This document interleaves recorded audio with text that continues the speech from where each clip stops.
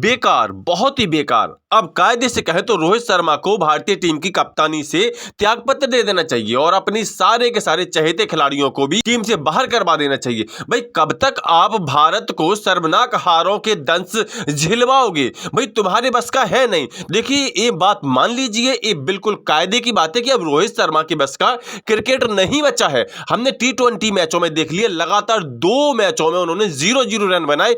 तीसरे मैच में तुक्का से सेंचुरी लग गई तो उनको फिर से महान बना दिया गया। अरे भाई रोहित शर्मा के बस का अब क्रिकेट नहीं बचा है। ये ना तो इनके पास फिटनेस है और ना ही अब इनके पास क्रिकेट के शॉट बचे हैं। भाई इनको बाहर बैठाइए, क्यों इनको ढो रही है टीम?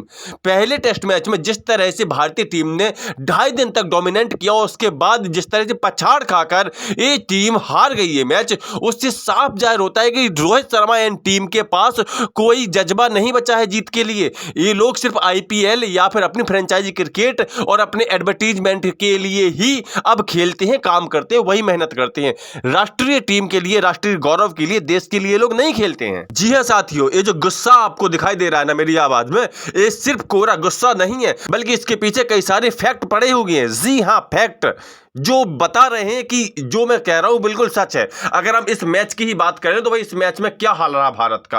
पहले हमने इंग्लैंड को पहली पारी में 246 रन पर ऑल आउट कर दिया, बहुत बढ़िया। उसके बाद हमने 436 रनों का आंकड़ा पार कर लिया, बहुत बढ़िया। 436 रन बना लिए, 190 रन की बढ़त ले ली, यानी हम मैच जीत सकते हैं। लेकिन उसके बाद क्या किया? उसके बाद इंग्लैंड को दूसरी पारी में जहां हमने 165 रन पर इनके 5 विकेट ले लिए थे, उसके बाद हमने 420 रन बनवा दिए और सीधी 230 रनों की लीड लगवा दी। अरे भाई क्या क्या खेल रहे थे क्रिकेट। और उसके बाद क्या हुआ? उसके बाद हम 230 रन नहीं बना पाए, जो कि बनाने भी नहीं थे। हाँ, इस मैदान पर, इस पिच पर 230 रन चौथी पारी में बनते ही नहीं है। कैसे बन जाते? हम 202 रन तक पहुंच गए, ये भी बड़ी बात है, पुछल्ले बल्लेबाजों की मदद। एक विराट कोहली अगर टीम में नहीं आ पाया तो फिर पूरी की पूरी टीम इस तरह से बिखर गई जैसे इन्हें खेलना ही नहीं आता हो, जैसे ये जिम्बाब्वे की टीम हो। अरे भाई किस काम का ये रोहित शर्मा, किस काम का ऐसा कप्तान, और किस काम के वो बड़े बड़े बल्लेबाज जिनको बड़ा नाम कहते हैं। अरे क्या एडवर्टीजमेंट करने के लिए बड़े बड़े नाम पाल रखे हैं भाई? क्या श्रेयस अय्यर, शुभमन गिल, अरे किस काम के ये सब बड़े बड़े बल्लेबाज? विकेटों के पतझड़ के बीच जो काम इंग्लैंड के लिए ऑली पोप ने किया, जिस जज्बे के साथ ऑली पोप ने मैच को जिताया 196 रन बना करके, वो जज्बा भारतीय बल्लेबाजों में कहीं नजर ही नहीं आया।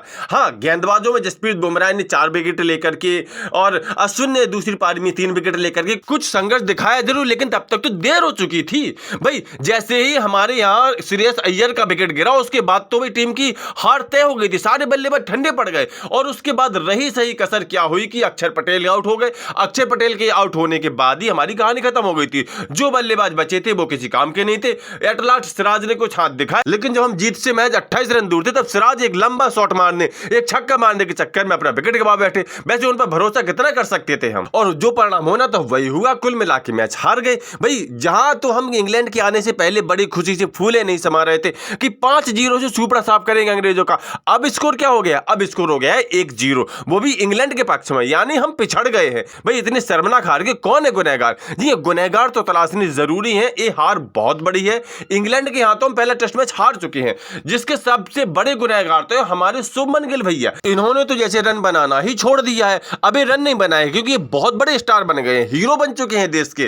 पहली पारी में कोई खास योगदान दिया नहीं, दूसरी पारी में जब रनों की सख्त जरूरत थी तो 0 रन बना करके पवेलियन लौट गए। दूसरे गुनहगार है रोहित शर्मा। भाई रोहित शर्मा कप्तान है, क्यों है कप्तान? और टीम में ही क्यों है? मैं तो कहूं भाई आप 39, 30, 40, 17, 18 रन बनाने के लिए थोड़ी टीम में हो यार। भाई आप कप्तान हो, बड़े खिलाड़ी, आपका नाम बड़ा है, तो क्यों है बड़ा? भैया विराट कोहली जैसे शतक तक कब लगाओगे? मौके पर खेल दिखा करके कब टीम इंडिया को जीत दिलाओगे? टीम की शर्मनाक हार के तीसरे गुनहगार है श्रेयस अय्यर। भाई इनसे तो बस मॉडलिंग करा लो, बस एडवर्टीजमेंट करा लो, डोले सोले बनवा लो, लेकिन बस खेल मत दिखवाओ। अरे इन लोगों को टीम में रखे क्यों? बॉलीवुड हॉलीवुड भेज दो ना इनको, वही अपनी एक्टिंग करेंगे। अगले गुनहगार तो है रविंद्र जडेजा। भाई रविंद्र जडेजा को कहते हैं बड़े मैचों का बड़ा खिलाड़ी। अरे काहे का बड़ा खिलाड़ी? जब जरूरत होती तब कभी नहीं चले। अभी तक ये कहा जाता था कि देश में तो रविंद्र जडेजा चलती है, कहां चले? दूसरी पारी में चले, ना गेंदबाजी में चले, ना बल्लेबाजी में चले। और जो 5वें गुनहगार है वो है अक्षर पटेल। जी हाँ, पहली पारी में जरूर इन्होंने 44 रन बनाए थे, लेकिन दूसरी पारी में जब रनों की जरूरत थी, जब विकेट बचाने की जरूरत जरूरत थी तब क्या हुआ, तब 16 रन बना करके निकल ली। भाई टीम इंडिया में किसी पे कोई जिम्मेदारी थोड़ी है। भाई आगे आने वाले बल्लेबाज कहते हैं पीछे वाले बना लेंगे, पीछे वाले कहते हैं जब आगे वालों ने नहीं बनाए तो हम क्यों बनाए, यही तो चल रहा है। और सारे के सारे खिलाड़ी कहते हैं जब कप्तान ही नहीं खेला तो हम क्यों खेलेंगे। भाई सही बात भी है, इस ऐसे कप्तान को भैया क्यों रखे हो टीम में, हटाओ ना इसको।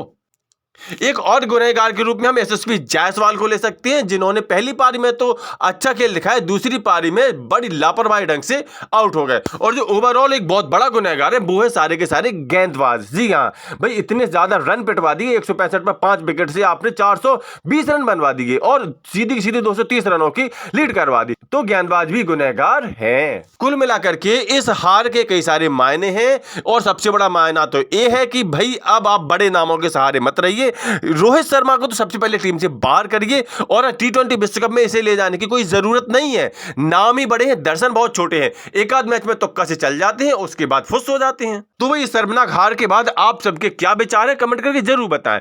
हम मिलते हैं किसी नेक्स्ट वीडियो में, तब तक के लिए बाय बाय।